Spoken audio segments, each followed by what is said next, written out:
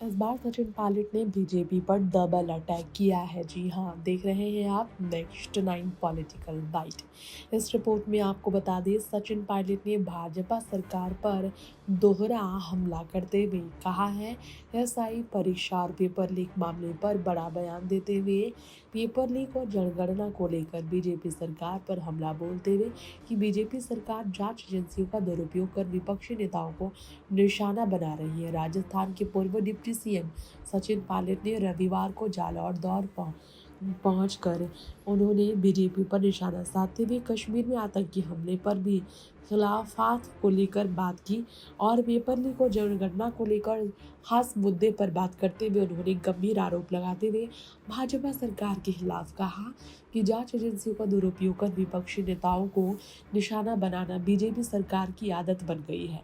जांच एजेंसियों की बात कर उन्होंने सीधा गृह मंत्री अमित शाह को ही निशाने पर लिया है।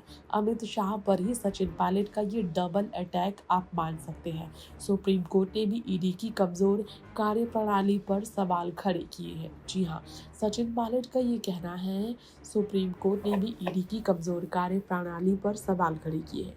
ईडी से लेकर सीबीआई जैसी केंद्रीय एजेंसियां की कमान अमित शाह के हाथ में है और अमित शाह को ही सचिन पायलट ने घेर दिया है। जालौर के मांडोली में नवनिर्मित मंदिर प्रतिष्ठा महोत्सव में भाग लेने पहुंचे सचिन पायलट ने कहा, लोकसभा पर हमले के समय विपक्ष ने सरकार का समर्थन किया।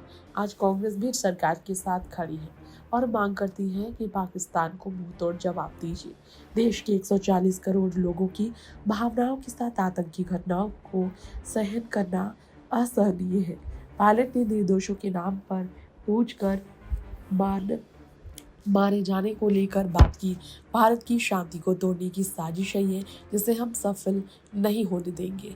जी हाँ, जिस तरीके से निर्दोषों को नाम पूछकर मारा गया, इस पर बात की है सचिन पायलट ने। उन्होंने कहा, इस मौके पर बीजेपी सरकार को घेर कर ये भी हर सरकार के मंत्री भी व्यवस्थाओं पर सवाल उठा रहे हैं, फिर भी कोई कार्रवाई नहीं हो रही है। कोई भी व्यक्ति चाहे किसी भी दलीय विचारधारा का हो, यदि वो नौजवानों के भविष्य से खिलवाड़ करता है तो उसे सजा मिलनी चाहिए। बीजेपी जब विपक्ष में थी तो ऐसे मुद्दों पर जमकर बोलती थी, अब सत्ता में आकर चुप है।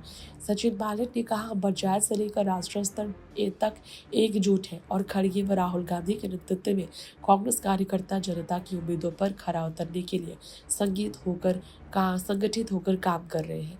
उन्होंने बीजेपी सरकार को जनता से किए गए वादों को पूरा न करने वाली सरकार बताया। वहीं आदिवासी पार्टी के एक विधायक पर ट्रैप कार्रवाई पर सचिन पायलट ने कहा कि कानून सभी पर समान रूप से लागू होनी चाहिए, लेकिन जांच एजेंसी का दुरुपयोग कर विपक्षी नेताओं को निशाना बनाने का काम बीजेपी की तो आदत बन गई है।